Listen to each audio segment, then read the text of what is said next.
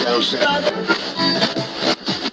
you are, whatever you're doing, stay with us as the Suns get set to shine. Here's Perry to Garland. Here's the jump shot. Comes to Marley, a long three.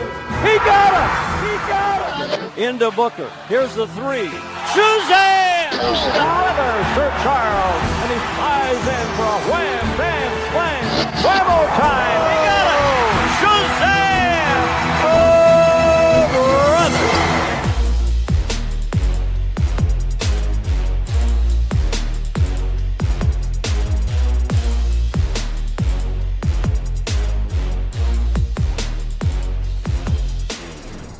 Welcome to 7 Seconds or Less, a podcast about the Phoenix Suns and the NBA. My name is Max McCauley, aka Podcast Boy, and I am joined, as always, by...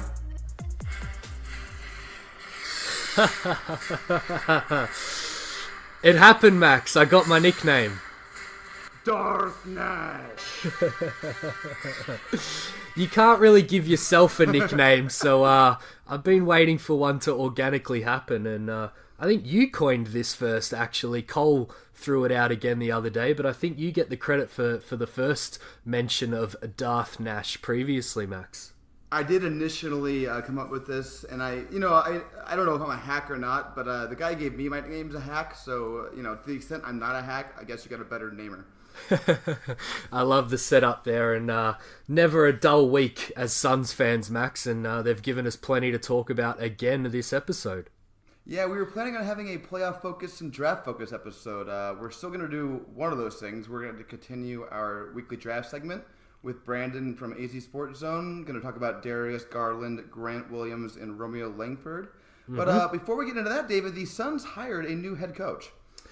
They did, Max. I'm happy to jump back into another episode so soon, both for that reason and all the positive feedback we got last week on, I guess, my rant initially on Igor, and then Ali joining us for the draft stuff. So as you said, very happy that we can talk Monty to begin with, but then keep the draft theme later on in the episode because people seem to really enjoy that. But lots of news this week, which is where we normally touch on it up the top of the episode here, Max. So I'll give you a quick timeline of the week since our last episode for both you and the listeners as a bit of a recap here. So Monday the 29th, I think Mark Stein confirmed that Nelson was leaving the franchise, Max, and then also dropped that Ricardo Foy from Gonzaga was also going to join the Suns in a developmental role. And then the Suns officially announced that the day after on the Tuesday. At the same time, talked about the Steward and Ixos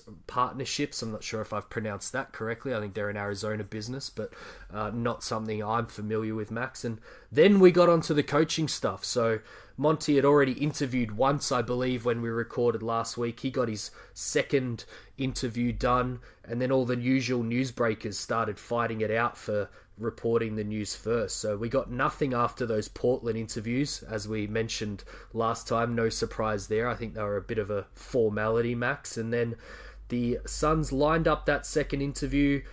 Stein on Wednesday, I believe it was, US time, put out his tweet about rumblings of Monty joining the Suns, and everyone got a little bit more excited about that. Woj, not to be outdone, that same night, I believe, was the one that dropped the news that Robert Sava had actually been in on the interview or conducted his own interview shortly after the second one with Monty. And then on Thursday, I believe, is when Gambo tweeted out that there was no current offer out to Monty just yet, and there was still more interviews with other candidates to do. And then last night happened, Max, or last night for me, today for you, and probably most of our listeners in the US. The news broke. I'm not sure who actually got it first, Max. I haven't looked at that first. I was asleep. I think it was Shams, but I literally got them almost simultaneously on my phone around 8:30 Phoenix time. All right. Well, it was Stein and Woj early on, and then I guess Shams has jumped in and trumped both of them on the official news. And then it wasn't long until the Suns made it official with their own announcement, and then threw in the practice facility news as well. So, as I said, there's a hell of a lot of news to cover this week, but the main stuff is the hiring of Monty Williams, and you've probably had a little bit more time to digest it than me. So with all the time I took up last week, Max, we should jump into your thoughts first, I think. Yeah, I have what I think is kind of a nuanced and somewhat unique view of the Monty Williams hiring. Cool. That I want to share with you and get your reaction to, David, because I know for a fact you're not going to agree with the conclusion of it, but I think you might agree with a lot of the premises leading up to it. Yep. So I'll go ahead and start. I've said all year on this podcast repeatedly that the Suns need a leader more than anything else. You have. That's what they're missing more than anything. Yep. And, it can't really come from a young player. It can come from a good, seasoned player. They don't have any of those, at least not yet. They have a good player who's, young, Booker. Really, nobody else is even a candidate. And while Booker showed some strides, I'd say towards the end of the season, he's not going to lead a team to the playoffs, as a leader. Still 22 years old, Max. Obviously, Igor, as good as a technician I think he is, and I think, he's a rookie head coach. So maybe he would develop into more of that leadership type later on. Mm-hmm. But, I don't think he's there yet. And again, as you pointed out a million times last week, the Suns should have probably known that and known what their roster was. But, it's an aside. Monty Williams, David, is a leader. He just is very obviously a leader.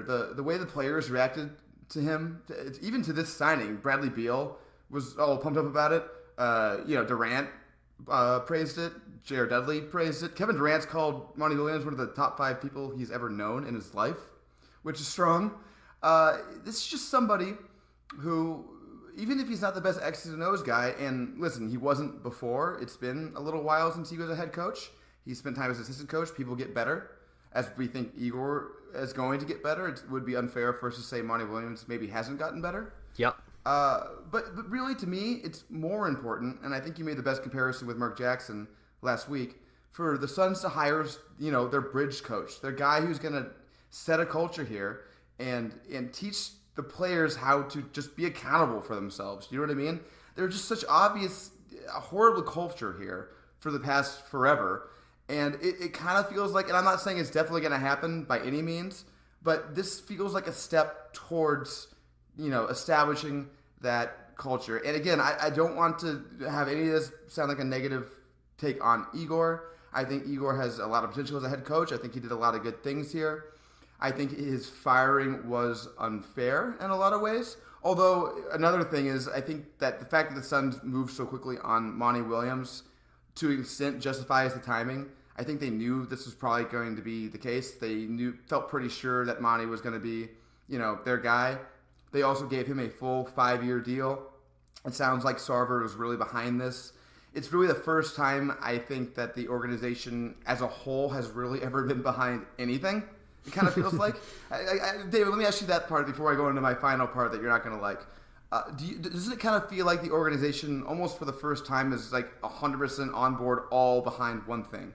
Everything seems very aligned right now, Max, and if anything, you could probably take it to another level, and maybe it's, with the reports that we've had, perhaps it's the best chance we've ever had at Robert Sarver taking a step back and letting a team, not just one individual, which is Jones, I guess, at the forefront, but letting a team take over the franchise and make the majority of the decisions. If you've been a Suns fan as long as you and I have, you should approach that with plenty of caution and skepticism at the same time, but that doesn't mean that you can't at least be hopeful for that thing happening, Max. So yeah, I would 100% agree with that.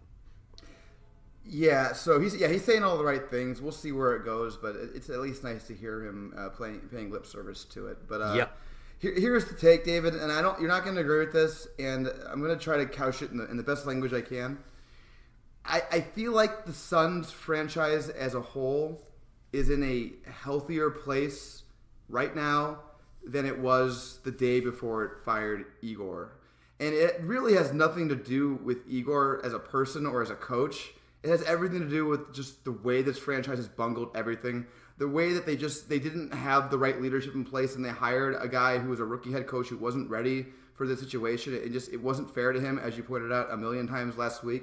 So while we may look back on their careers, Igor and Monty's, and realize, in 20 years that Igor was the better coach, I think that for me, Monty Williams is the better coach for this team in the position it's in now, and I think that I am happier that they're here than I was when when the season ended. You've got no faith in me, Max. No, I think you were 100% right about everything you're saying about Igor. No. I'm saying I don't necessarily disagree with the take. Okay. I think whatever your opinion is on Igor, and we left, specific discussion about Igor with the 44th episode last week, and as I said, not going to touch on him too much. He was definitely a scapegoat for the way that the organization was currently looking and approaching this offseason. So, I mean, not putting Monty up against Igor, I guess, in terms of who they are as coaches and what they might bring in the future. But, the number one priority is for everyone to be aligned here. And I think we kind of said it last week. If Jones felt like Igor wasn't the guy going forward, then it's a gutsy and courageous but probably correct move to, rip the Band-Aid and make that move rather than just giving him another 12 months for the sake of it. That doesn't mean that everything that happened before that wasn't wrong. And as I said, Igor was a bit of a scapegoat for the way that the franchise was currently looking. But you need everyone in lockstep, Max. And as you touched on before, this is the first time in quite a while that seems to be the case. Igor, if he stayed on, was always going to be, the last GM's head coach, depending on how much you believe Jones was a part of that search to begin with. So here we are, we've got a fresh start, approach with some caution, as I said, but, also, probably the most important thing that you touched on is potentially Monty Williams is the right coach for right now. He's a different type of person, he's a different type of leader, and he's definitely a different type of coach. And I look forward to, when the Suns start playing, whether we pick apart the X's and O's of Monty like we did with Igor at times, particularly if he ends up with a similar roster to what Igor got. But, he is the Mark Jackson here. He's got the cachet, I guess, to get the guys respect and attention on day one of training camp. He's not going to have to prove himself like Igor was maybe potentially going to have to from day one and start behind the 8 ball a little bit. And as you said, multiple people have already come out and praised the move. I think that happened with Igor last year as well in some circles too. So again, approach with caution a little bit. But I'm going to interject real quick on that one because you're right. That's true. But I think it's very important who came in and praised the hire, right? Yeah. When it was Igor, it was assistant coaches and coaches. Now it's players. And I think that's the key. Yep, and I guess if we look at Jones's reasons last week, for firing Igor, and I guess what the aim of the team was when they hired Igor, they've just made a decision that, Igor wasn't the right guy to bring the young guys along. Rightly or wrongly, he was weirdly brought in to coach a team of veterans by the sounds of things, but they've decided that Monty's the guy going forward, and I really don't have too much more to say on it, Max. I recorded with the Locked On guys previously and probably gave some more extended thoughts on Monty, but yeah, I don't disagree with you, to be honest. I think overall Jones is getting his chance to tear things down and start again, and this is the guy that he's identified as the one to go forward with. And as I'm sure you might touch on to respond here, and we'll touch on in many pods going forward, hopefully over the next 5 years, Max. There's many strengths to Monty Williams, the person, and also the coach. So this isn't a move backwards as far as I'm concerned, even though I feel strongly about Igor as a coach. I think they've identified and for the first time, got what appears to be their first choice.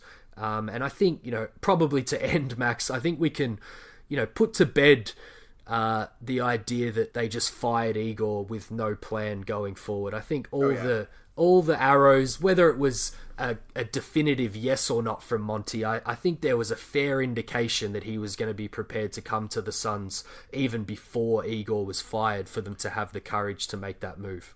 No, yeah, this timeline is starting to make more sense. They hired Jeff Bauer, and who hired Monty Williams before in New Orleans, and within days fired Igor, and then all of a sudden we're after Monty. This all played out kind of as expected. I mean, it would have been a catastrophe had they not hired Monty Williams. Yes. The fact they did so, and so quickly. I said that's another thing here, David, and we'll finish on this, and then I think you have a playoff thing you wanna share with me. Sure. I think that remove the names from the situation here at all, right? Just forget about who the coaches are. The fact that the Suns moved from someone who the previous regime hired, who didn't have the total faith of the current regime, sort of obviously, because they wouldn't commit to him, to someone who was their first choice, obviously, who they hired very quickly, and who they gave a 5-year deal to, which they haven't done for anyone in Sarver's entire tenure. Like, just removing the names from this entirely, that just is a healthier thing. You know what I mean? It really is. And the irony of it, Max, is it probably took the 5-year deal to get Monty to sign at least this quickly. There's obviously the Lakers job that he was up for. We discussed last week, I think, that he could maybe wait it out and wait for maybe the Philly job or other playoff jobs to open up, but then that's a maybe and isn't the definitive yes that he has in front of him from the Suns right now. And yeah, the irony in all of that is the Suns kind of backed themselves into a corner here to begin with, but it's actually resulted in, an outlook that looks far more stable and what the fan base wanted than, maybe trying to get Monty to sign in a month's time a 3-year deal and lowball him and then run the risk of him walking away. So the kind of process that they've gone through here has, in a way, resulted in, what we all think is the perfect outcome after you fired Igor. 100%, and it's so not the Suns. I think that's why we like it so much. Like, even you, the biggest Igor fan in the world, is you have some positive feelings towards this because you've been dealing with this franchise so poorly run for the past 15 years, and it seems like they finally just did something the way a competent franchise would do it, and it just feels good to have that happen for once. Yep, 100%. I can't really add too much more on top of that, Max. All right, well, let's move on then. So I guess we're both sort of positive, so listeners, that's fun. But before we bring on Brandon for the draft, and also before Did You Know, let's do a little playoff. Yeah, I just thought, Max, we originally planned to do a lot more playoff because we thought we'd just have the recap of the coaching search and not too much more to touch on here. But, given we've got a little bit of time, I just thought I'd ask, we're both keen observers of the playoffs and it might come up a little bit in our draft discussions a little bit later as well. But, what's one big surprise and one big disappointment for you so far, whether it's, player-based or maybe something else? Surprise and disappointment. The biggest surprise to me, maybe this is some recency bias, but I don't think so because I think this is the most monumental thing that's happened in the playoffs so far. The way the Philadelphia 76ers played last night was really frightening, to be honest. That's the word I use on Twitter. They showed to me the second highest upside of any team in the playoffs behind the Warriors. I haven't seen a team reach that level other than them. When they were their defense, I can't remember who said this on Twitter, so I apologize for not crediting the person, but they said it seemed like there were 6 people on the floor on defense making rotations. Like, that's how quickly they were getting out to everybody on Toronto. Yep. And they just rendered Toronto worthless, especially when Kawhi wasn't playing. I don't know if you've seen the Kawhi on-off numbers, but yes, wow. It's not good. So, and man, it really highlights the value of a guy like Jimmy Butler. Just having somebody who you can just go to first as a scorer. And who can kind of be the veteran leader on our team. Because remember Philadelphia last year against Boston, they just got completely destroyed. Embiid and Simmons, they just weren't ready. Yeah. And just I think Jimmy Butler has been the biggest difference. He's been awesome for them. In terms of biggest disappointment, I mean, I'll stick with the second round here. I'll go with Houston. They really just haven't put up the fight that a lot of us hoped and thought they could put up. There were, it was sort of the trendy pick to pick Houston to beat Golden State in this series. I thought about doing it myself, but I wisely held back. I guess it's wise now. Man, they really haven't shown up for this. Chris Paul is not himself. James Harden is sort of displaying all the stereotypes of playoff James Harden, which is unfortunate because I wish he wouldn't have that reputation, but he's sort of earning it. So, man, I hope when they go home tomorrow night for Game 3, they can kind of turn this around, but so far to me, yeah, it's been disappointing. How about you? What do you think?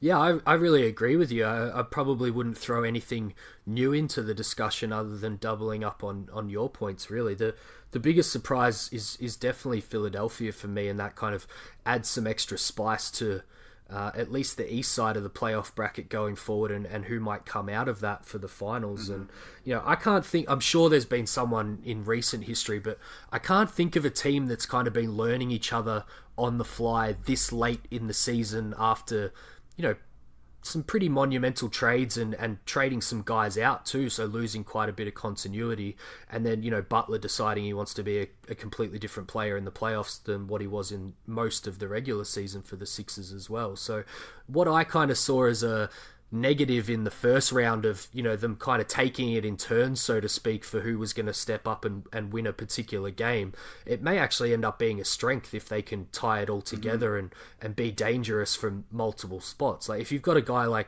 Tobias Harris or even JJ Redick who's capable of having a massive game and being the focal point of the offense if he's hitting his outside shot, they're just, whilst they're very thin, they're going to be extremely dangerous as rotations keep tightening up. And the disappointment is definitely Houston. All that ref stuff in the background kind of just really just put a sour note on the series before it even really started, because I think all that stuff came out after the first game from memory, which has kind of just taken over the spotlight, and Houston not being able to take one of either of those first two games has kept that one going in a downhill spiral.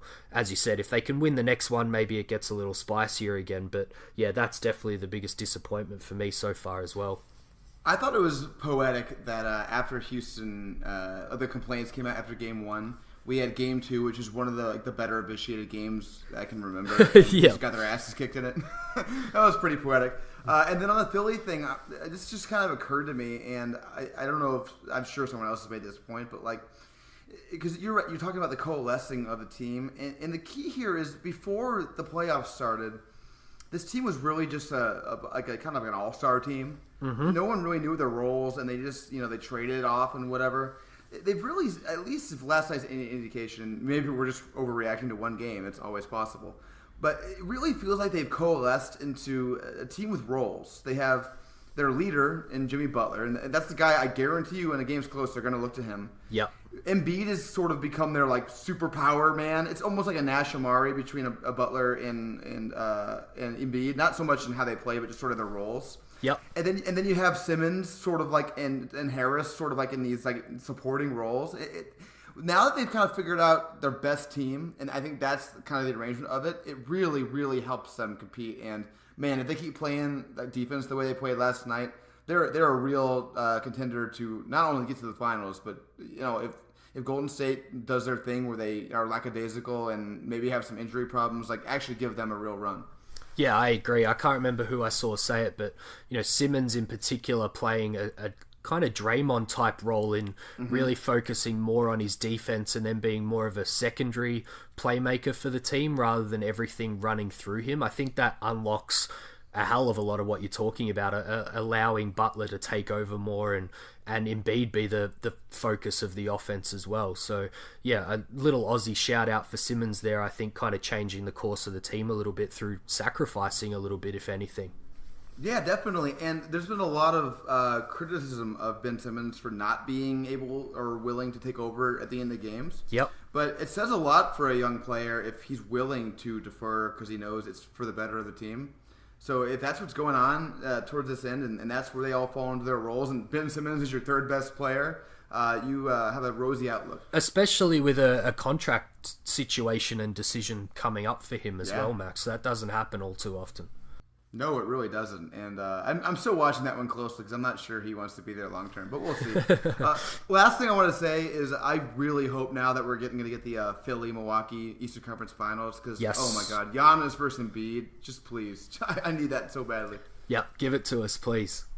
Yep. All right, David, how about you take us to Did You Know before we start our draft segment? Okay, Max, did you know we have recently witnessed one of the biggest turnarounds in a professional sportsman's career? Straight into a quiz for you this week, but because I know how much you love those, I'm going to read an excerpt from a book that all the listeners should know by now I really love, and I want you to tell me who you think it is about. Okay. He is an intelligent and friendly young man, the product of a stable home life. He is immensely proud of his father, who runs a non-profit foundation in California. But there are concerns about him besides the pre-game noshing of greasy chicken fingers 14 minutes before the game.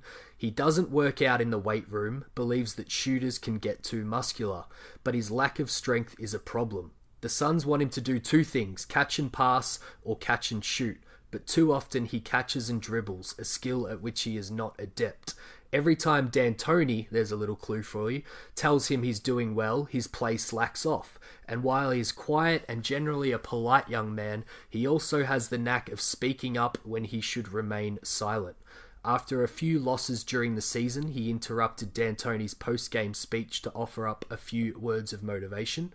The coaches can never be sure what they're going to get out of him from one game to the next, partly because they consider him a poor preparation guy, which is borne out when Nash screams 17 seconds, let's go, before the game, and he is still putting on his sneakers. Max, any ideas? Oh, God, I feel like this should be obvious to me, but when you said the non-profit father thing, this totally threw me off. David, just tell me, who is it? The person I am, of course, talking about is the Suns' new general manager, James Jones. That's hilarious. That's back from his playing days with the Suns, and the quote is from the great 7 Seconds or Less book by Jack McCallum. With Jones making his first real big move recently as the full-time man in charge, it got me thinking back to the player I read about all those years ago in the book, Max. As you and the listeners will remember, Jones spent seasons 3 and 4 with the Suns at age 25 and 26, just a small part of his 14-year career in the NBA. The book paints a far different picture of the guy they now call Champ, who went on to win 3 NBA titles and play in 7 straight NBA Finals, Max.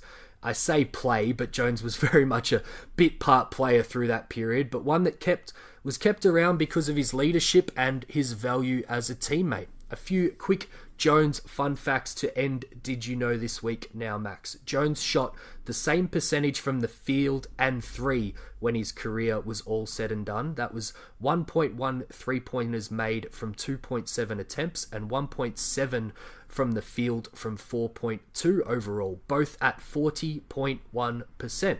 Jones wore 33 to start his career and number 1 to end it, but he also wore number 22 in Phoenix, Max, which of course is the same number as DeAndre Ayton right now.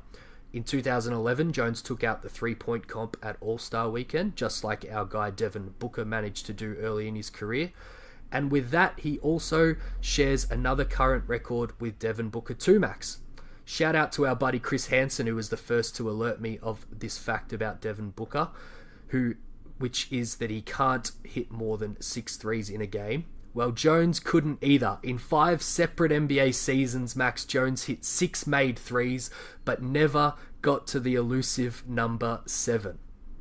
Max, maybe Jones can get a good enough team around Booker, and they can break that curse for him as a collective. For now, though, I'm excited to jump into some prospects with our guest, as you mentioned before, and I believe at least one of them can really shoot the basketball, Max. All right, let's get into our draft stuff. Just another primer on the format. Each week we're going to ask a guest about the big 3 prospects, Zion, RJ, and Ja Morant, just to get their quick takes on them. But then we're going to go into a deep dive on some of the other lottery guys. This week we're going to do Darius Garland, Grant Williams, and Romeo Langford with Brandon from AZ Sports Zone. Many of you probably follow him at AZ Sports Zone on Twitter. He's an awesome Arizona sports account. The only problem with him is that he didn't give us a Sunny Award. But despite that, welcome to the show, Brandon. How you doing? Hey, man. You guys got the Zony.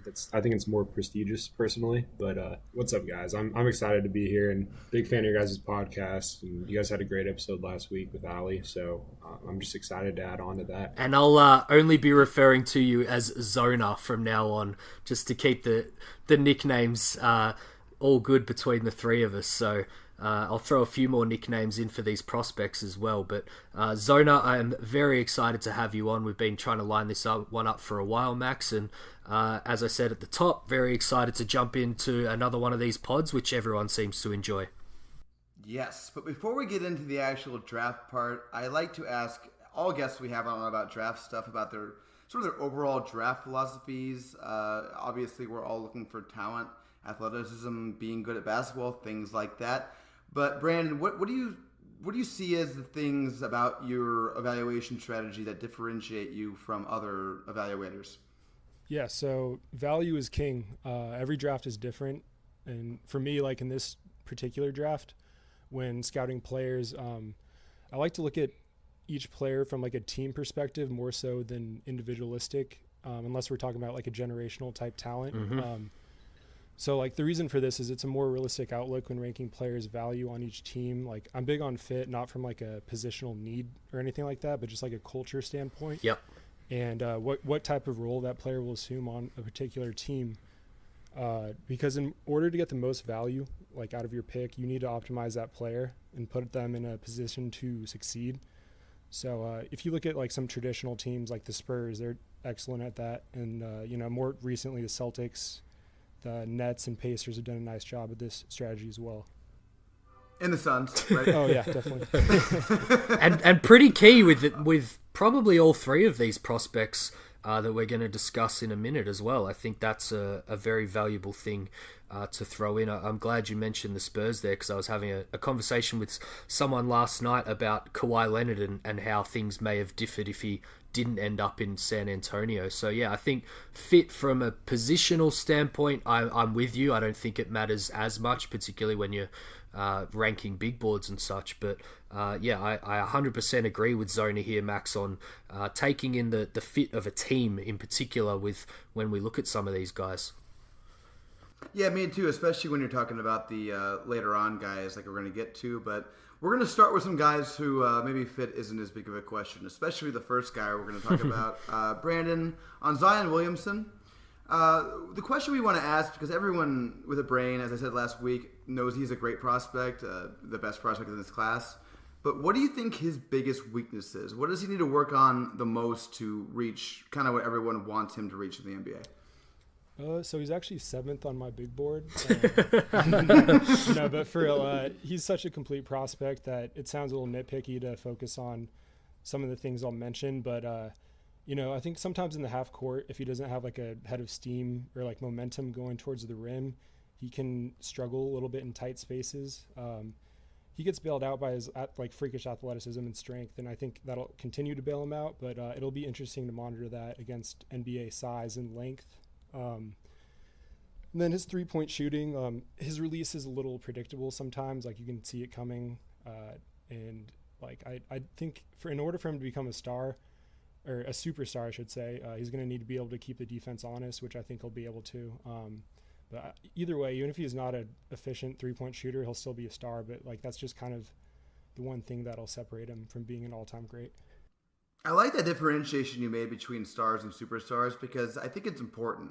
Like, yeah, is Zion going to be a top 5 player in the NBA? He's going to have to develop some things to be that. But to me, David, I'd be interested to hear what you think about this. I kind of feel like Zion is like a guarantee, health permitting, to at least be on the All-Star team multiple times. Yeah, I 100% agree with that.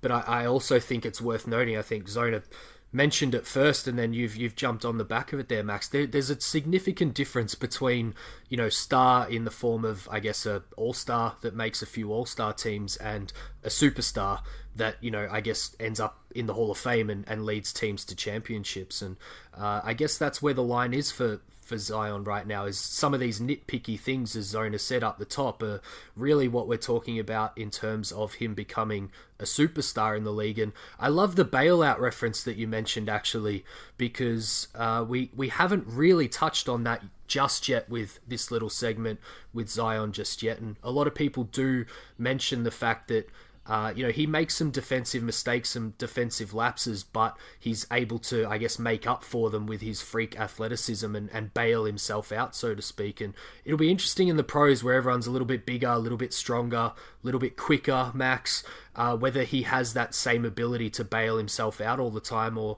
whether he's going to need to focus a hell of a lot more on that end.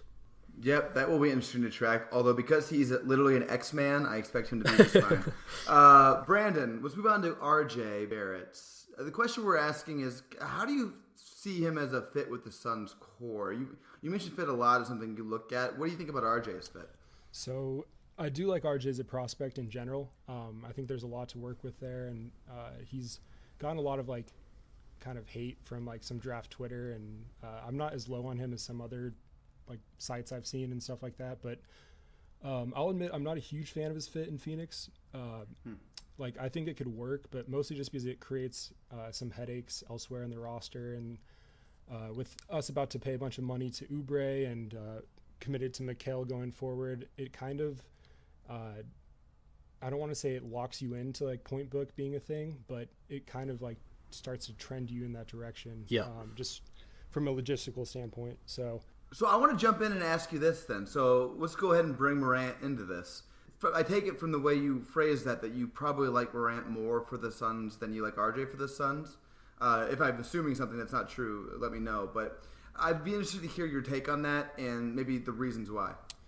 Yeah, so I'm a slight lean to Morant over Barrett on the Suns. But as you guys know, I've said many times in the past, I'm completely open to just trading the pick if it's not Zion for an established point guard. That's kind of the train I'm on. But if we're going to take Ja or a Garland, I would like to sign a veteran point guard to just kind of bridge the gap for him and ease him in. So, yeah, that's kind of where I am on that.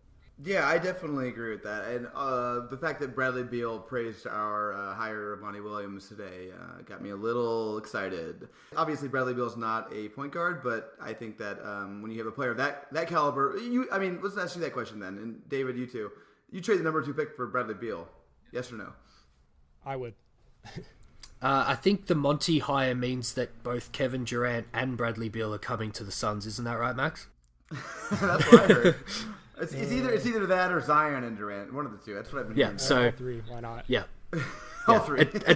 Trade the number 2 pick for Bradley and then attach every other pick that we have to create the cap space for Kevin Durant. But to answer your question seriously, I would at this point in time and reserve the right to change my mind closer to the draft. But if Bradley Beal was on the table for number 2, I would definitely look at making that deal.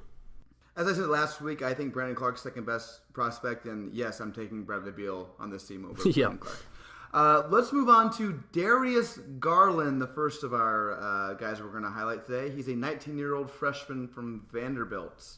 Sort of. He played 5 games. He is 6'2" in shoes, 173 pounds with a 6'5" wingspan. He will be 20-year-old in January. David, where is he going in mocks right now? The Stepien have him 15. Red have him 5, Max. ESPN, last time I saw, had him 4. Bleacher Report had him 8. The Ringer currently have him 6, I believe. Sam Vecini has him 4. I will note, after listening to Sam's podcast recently, Sam's current rankings are a mock draft rather than a big board, so don't go at Sam with any of these rankings, but he has 4 at the moment for Darius, and Yahoo has him number 8, Max.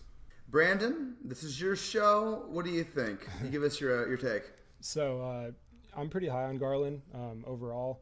If not for injury, I believe Garland would be considered a lock for a top 5 pick in this draft, especially with this draft class and the lack of star power there is. I'm close to giving you guys a hot take of saying I would take him over Morant upright, and part of that is just his off-ball movement is excellent, and he played off-ball a lot growing up, so he knows how to play off the ball, which is huge, especially from a spacing standpoint. He can hit threes.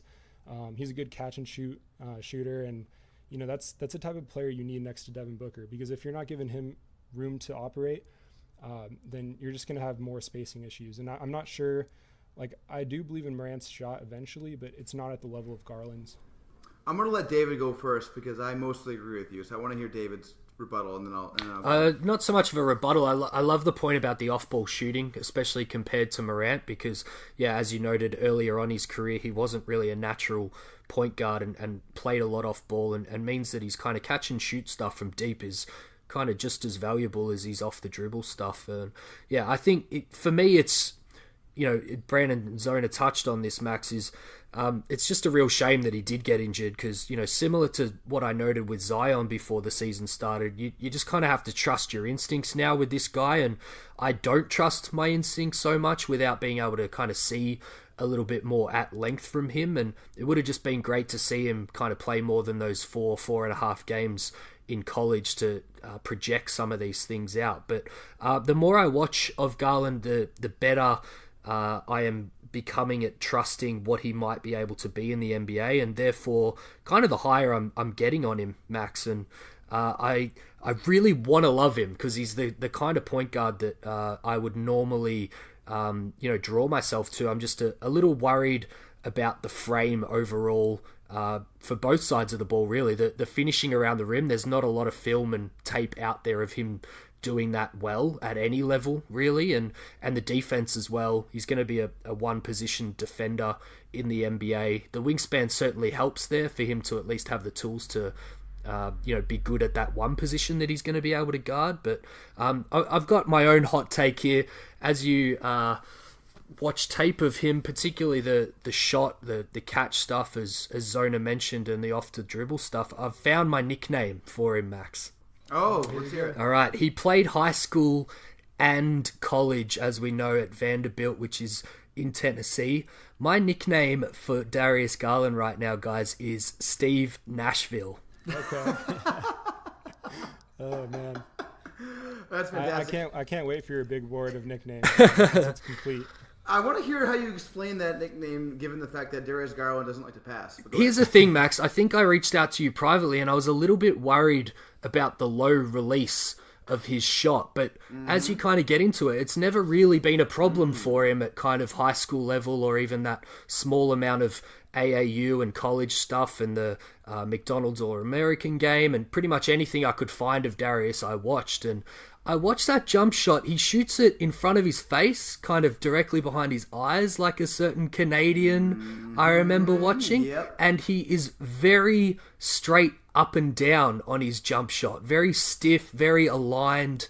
It's fluid. It's not rigidy, don't get me wrong, but it's a guy, that has a very technical jump shot and results in him being very good from deep, like a certain guy we're used to watching as well. So that is where that comparison and nickname comes from, guys. David, these are the times where I love you. That is perfect. that is what his jump shot looks like. Man, well, you stole my thunder here because I was going to rave about this guy, but now you just called him Steve Nash. I'm going to top that. Here's the thing about Darius Garland. He's very much, to me, he's pretty boom or bust. Yeah. But I think you're betting on, I would bet on the boom with him because he has the most important skills you can have as a lead guard, which are the crazy shooting ability, unlimited range, off the ball movement, off the catch, off balance. That guy can shoot anywhere on the court at any time, which is the most important thing.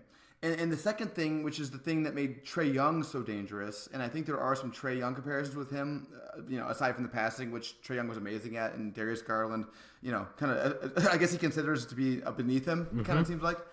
But the handle, his handle is so good. It's incredible. He's going to enter the league as one of the top 10 handling guards in the league, which is really, really important. And not only does he have the handle, but he's able to shoot out of that handle, which is just so important. He can change speeds. He really has all the scoring traits you want as a lead guard. But then again, we've alluded to it a few times. He doesn't pass. He has a negative assist turnover. Again, 5 games, but not good. That's not what you want out of a lead primary initiator. You can't have that. And I'm not sure whether that's going to be something that plagues him for the rest of his career, because I think his decision-making as a scorer at times is pretty good, although there also are times where his decision-making as a scorer are bad, especially around the rim and in floater range. Yeah. But as a shooter, I think it's good, and I have hope for him in that area, but that does give me grave concerns, and that's why I call him a boomer bust prospect, because I could see him just never really figuring that part of it out. As you said, David, probably a one-position defender, but because of his wingspan and because he actually has shown a little bit of propensity to try on defense, at least a little bit, I think there's some hope that he won't be horrible there.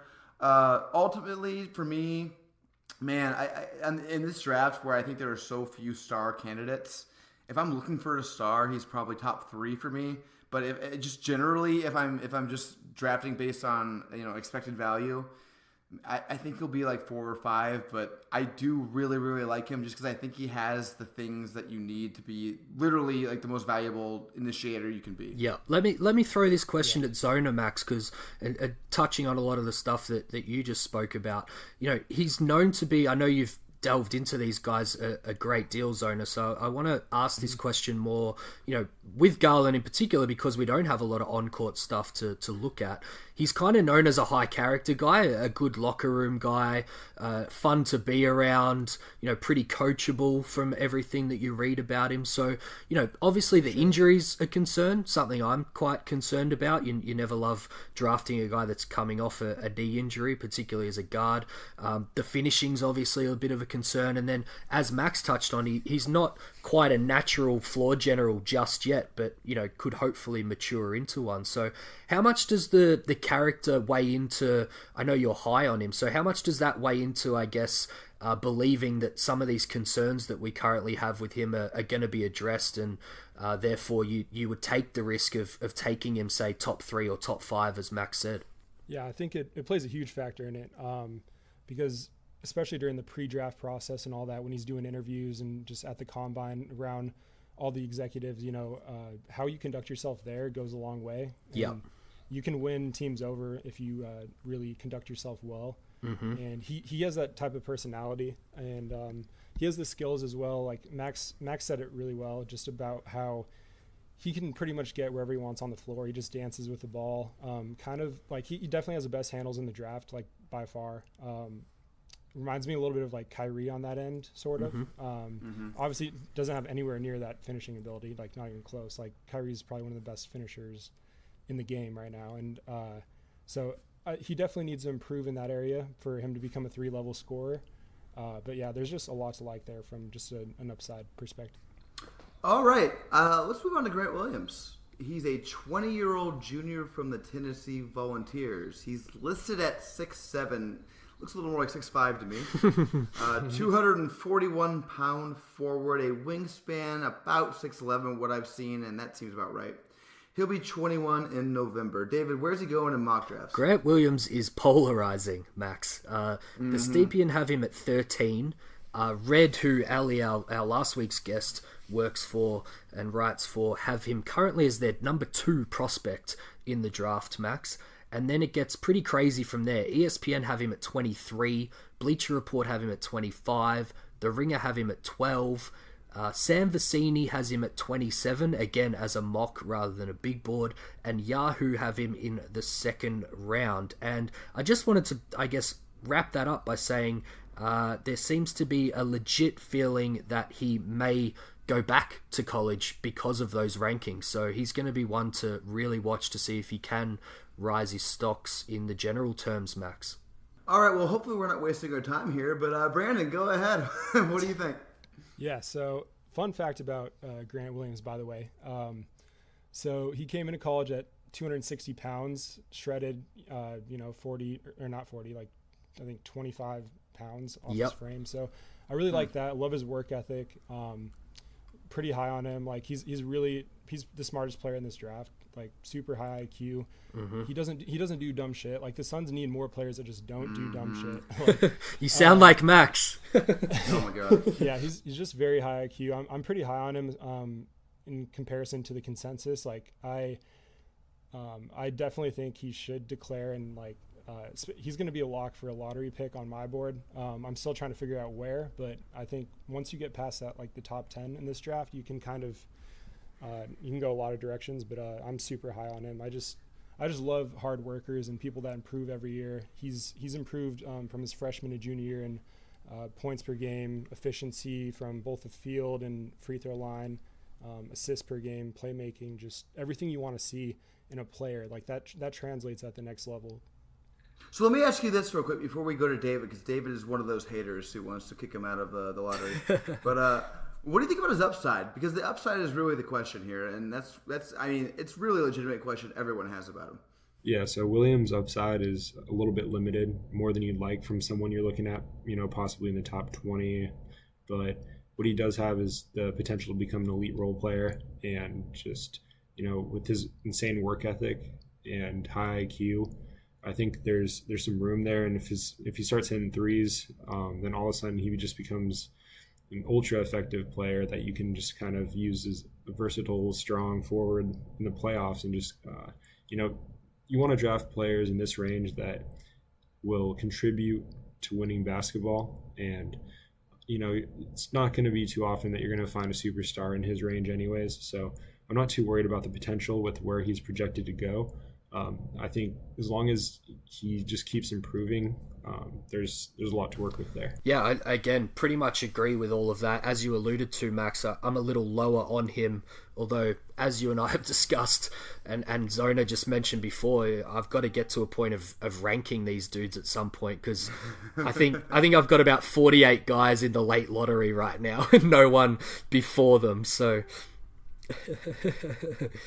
I'm glad you mentioned the free throws there, Zona, because my nickname for Grant Williams is Mr. Charity, and that is because he was in the top 10 in the entire country, guys, for free throw attempts, and also the Tennessee Volunteers is probably the dumbest sports team name it's so stupid. I know of, so that lends itself to the Mr. Charity nickname there. But for me, someone like Grant Williams is a great guy.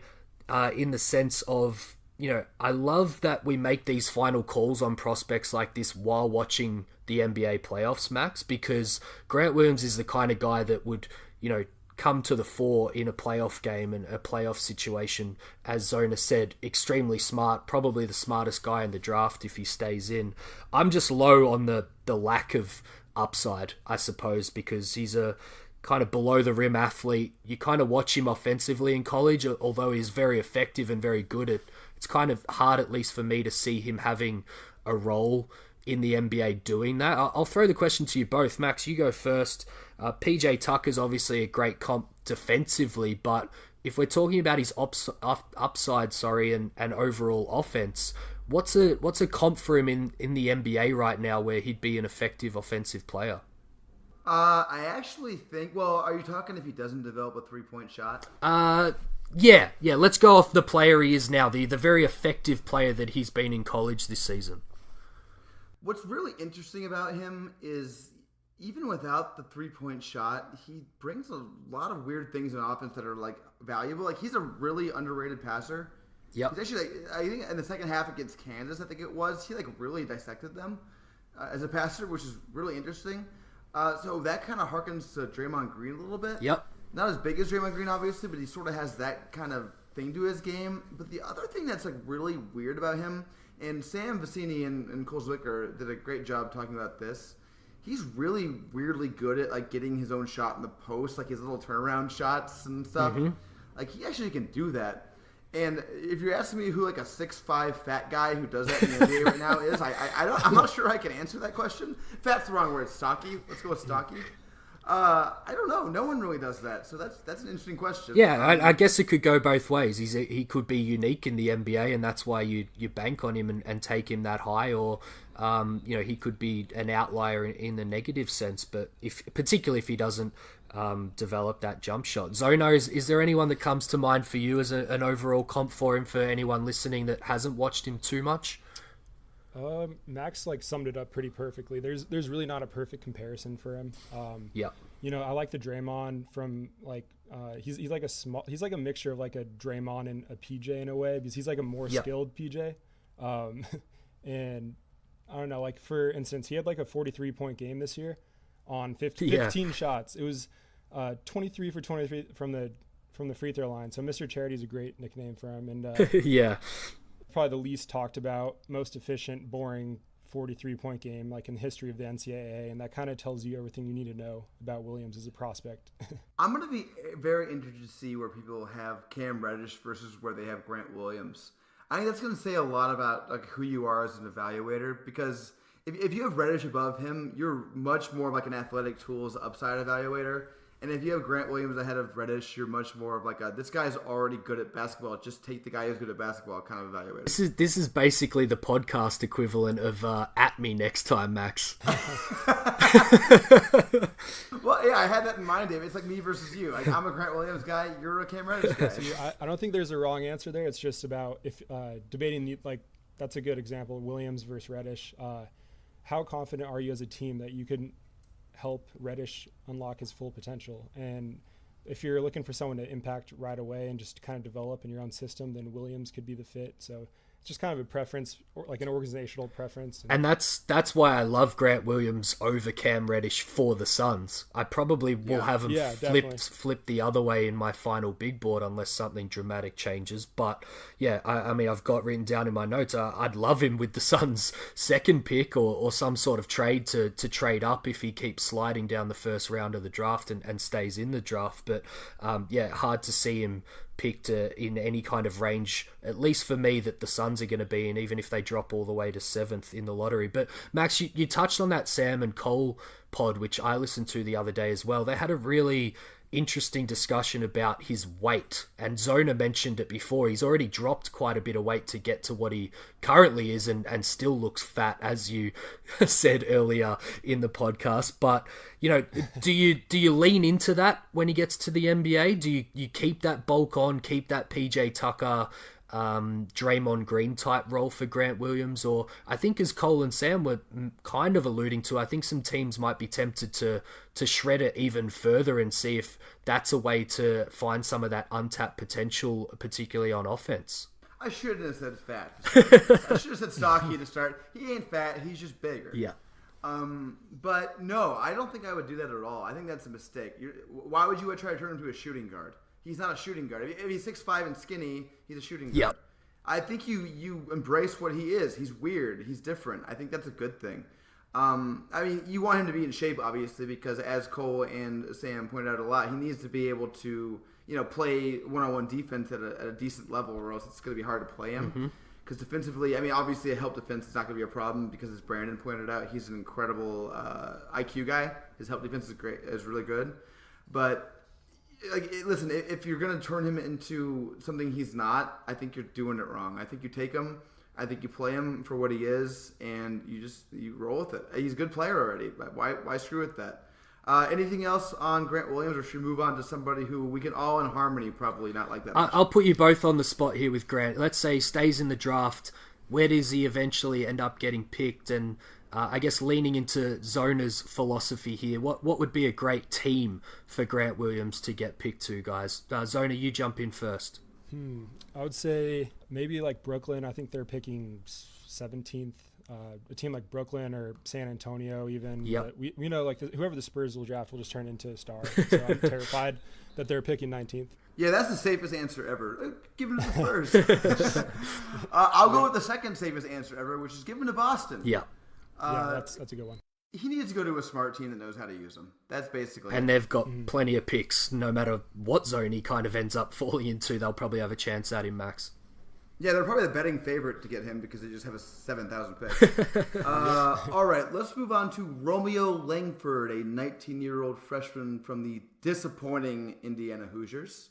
He's about 6'5". I've seen 6'6". He's in that range. He's 196 pounds. He's a guard with about a 6'11" wingspan. He'll be 20 in October. David, where is he going in mocks? He is the direct opposite of Grant Williams, Max. He's probably the most pigeonholed prospect in the draft, other than maybe Zion Williamson. The Stepien have him at 14. Red hasn't ranked him or done a profile on him just yet. ESPN have him at 13. Bleacher Report have him at 12. Ringer have him at 15. Sam Vecini has him at 16. Yahoo have him at 15. So pretty much anywhere you look, everyone has Langford either sneaking into the lottery or just sitting outside of it, guys. All right, Brandon, what do you think? Romeo Langford. I don't want to be harsh here, but I'm not high on him at all. I think especially for the Suns, like the last thing this team needs is an underdeveloped wing that can't shoot. And my biggest worry with him, like he's pretty athletic and like I wouldn't say he's the most explosive, if that makes sense. But he like has the tools to excel as a defender and slasher. Yeah. But outside of that, like I don't know what role he's going to have, and like I don't think he even knows what his identity is. And those are the types of players I tend to avoid in general, because he really failed to find himself at Indiana. And if he can't find himself there, like I think he could have used another year of college to develop, but we all know that's not happening. And I will give him this benefit of the doubt. He played most of the season with a torn ligament in his shooting hand. Yeah. It was his thumb, I believe. And so it kind of threw off he used it as an excuse, and like a valid one at that, for his poor shooting, said it impacted his mechanics, which thank God, because it looked really awkward at times and just kind of painful, like off the dribble. This is the low section, Max, where, you know, Zona should go all in on saying why he's low on Romeo Langford.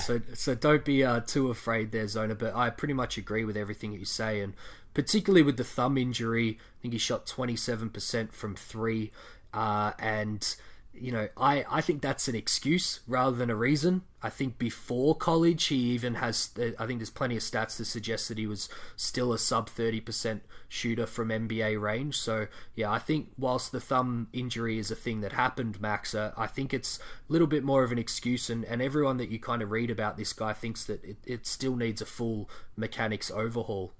Yeah, I'm a little, I don't want to say I'm higher than you guys. Well, I totally agree that the Suns should not touch this guy with a 10-foot pole. Yes. This is not a player for the Suns to take. But it wouldn't shock me if, you know, in the year 2025, we're talking about Romeo Langford, all-star guard. Like, that wouldn't shock me.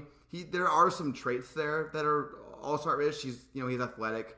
He is pretty good around the rim. He has a nice 2-point percentage. Like, there's some things about him I like. I think his shot, well, yes, it's never really been effective. And listen, I don't even want to comment on the injury things. I have no idea, but it looks kind of good to me. Like, the form looks good. Yeah. So I wouldn't be shocked if he becomes a good 3-point shooter, but he doesn't pass. He doesn't really do anything else. So he's gonna have to be like a superstar scorer to be a good player, or a star player in the NBA. I guess maybe he's a sixth man if he doesn't get there, but like, I'm not really sure why, even in this shitty class, you would take him in the lottery. I don't really get it. This to me is here's what I think of Romeo Langford. He's a guy who was hyped out of high school and is in a really shitty draft class, so he's probably going to come out, even though he shouldn't. If he was in a better draft class, I don't think this guy comes out of the draft. He should be in college again next year. There's really no reason for this guy to be in the NBA next year. So for a team like the Suns, like, really no reason for him to be there. Like, if a team's totally blowing things up and rebuilding, I guess maybe, but even still, like, I don't know. Yeah, I totally agree. And I have a quote from an NBA executive on him, actually, that says pretty much he's still one of the most talented players in the country. I just think from an NBA perspective, he's probably not as ready to go as maybe he was thought to be before the season, which I just completely agree with. It's gonna be a project. Yeah, I think offensively, Max, as you said, he's pretty good, if not great, around the rim. Shout out to Sam Vecini, who tweeted in January that he was, plus 70% finishing around the rim in the half court on guys with 50 or more attempts. I touched base with Sam and got him to confirm where that kind of finished to end the season, and he was 63.6% around the rim in the half court for guys with 100 attempts or more, which placed him at 78th out of 454 guys, and the majority of the guys above him were big men and centers, Max. So if he's got one elite skill going into the NBA, that's probably it. And then, I think there's some hope for him as an on-ball defender, particularly with his frame and his wingspan and the kind of ability to get a little bit switchy through multiple positions if he's locked in. But yeah, I couldn't agree more with both of you in terms of he's probably a guy that should go back or should have gone back. And it really all comes down to the shot, whether he can unlock some potential there for him. But he is nicknameless, which is pretty fitting because there's just not much to tie yourself to with Romeo Langford other than the obvious kind of nicknames around his actual name and things. So if anyone listening has something, I'm opening it up to everyone and happy to turn this one over to the people to go with a nickname. I hope to have a nickname for everyone when I post a big board. So if anyone's got any ideas, please feel free to throw them my way. I think the key point about this guy is that not only do we say it makes no sense for the Suns, but there's no way the Suns drafted this guy. It's just not going to happen. Exactly. It makes no sense. So it's almost not worth talking about him anymore. But Brandon, I'll let you close on that note. Anything else about Romeo? I've done a lot of scouting reports, and and one of the things I do for just NBA role is like one of the things on the top that he's the only one. I just have 3 question marks there. That's just kind of where I'm at with him. Like, I totally think I agree with you. Like in 2025, he could be an all-star. Wouldn't surprise me, but I think it's just going to be a really slow process, and he's going to need the right development to get there. Yeah, I guess in like some weird, bizarro world, I guess he does have technically more upside than Grant Williams, but like I wouldn't draft him over Grant Williams ever. So it's like, how much does that really matter? All right, but anyway, so that's good. We can go ahead and skip the rest of him because I actually have a pretty good 7 seconds or less segment for you guys that we should spend some time on. Let's do it. Ready. All right. 7 seconds or less is a segment where one of us asks the other and the guest 3 questions for which they have 7 seconds or less to answer. But you know what? We're going to give you more time on this one because I have some difficult questions. This is all about combining this year's class with last year's class. We'll start with David just to give the guests a break because this is going to be hard. We'll start with this question. So let's take the guys we discussed today. Off the top of your head, in what range in last year's 2018 class, the Ayton class with Luka and all those guys, what range would you have had Garland, Williams, and Langford each? That is a difficult question, Max. You weren't lying about that. I think it's I can see where you're going with this. I think it's great with all of these guys because they're all going to slide back significantly. Starting with Garland, particularly with the injury stuff, there wasn't a hell of a lot of point guards in last year's class either, so that may have helped him out a little bit. But I think, where we're talking about him maybe being top 5, we'd probably be talking about him being late lottery, in my opinion, with Darius Garland. Grant Williams is a really interesting one because if we're talking about him maybe falling out of the first round in this draft, it who knows, because it was quite deep last year.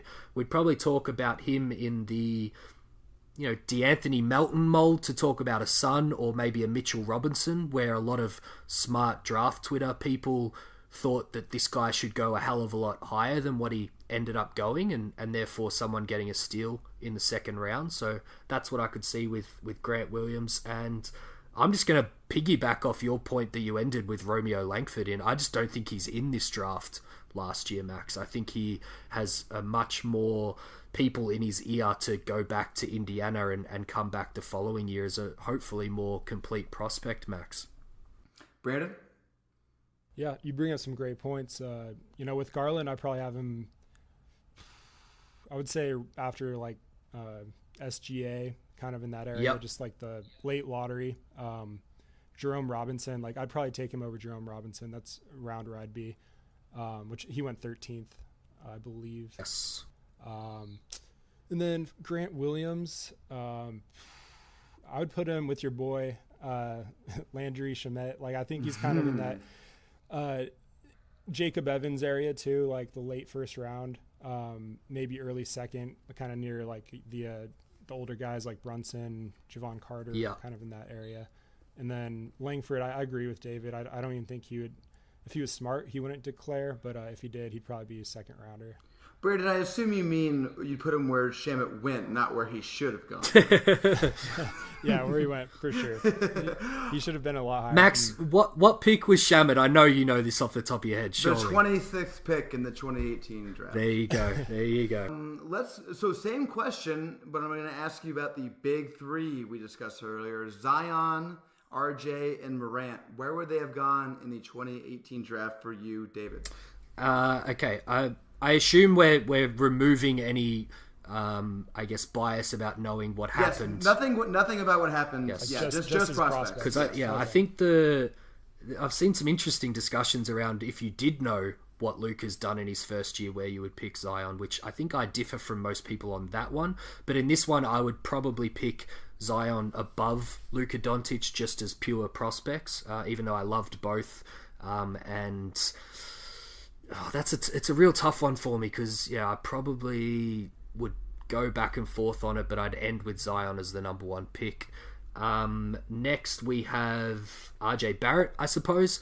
He would fall definitely just because that first 8 to 10 picks in the last year's draft was so solid, but thinking about how I had them ranked last year, I could see myself falling into RJ maybe before the Bridges' Max, maybe slightly after, when all is said and done, not to sit on the fence too much there. And Ja Morant, that is really tricky.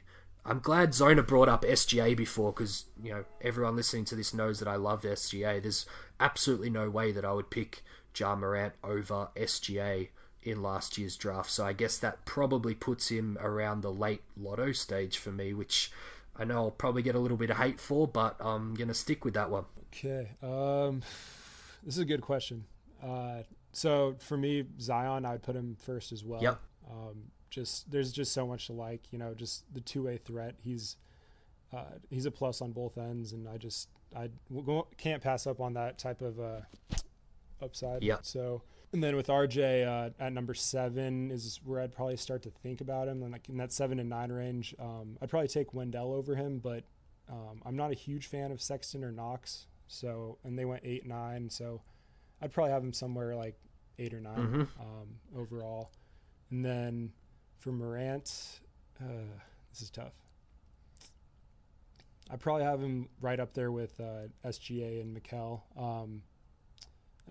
It just really depends on like I've said in the past, just what team's picking, what kind of guard they're interested in, what their preference is between Ja or SGA. But I have him like in the probably late lottery. I think this will probably be the easiest of the three. So, but it's still kind of hard. So take the Suns. There's 4 rookies, but I'm gonna call them 3. So take Ayton, Mikal, and then Melton / Okobo. Pick your favorite.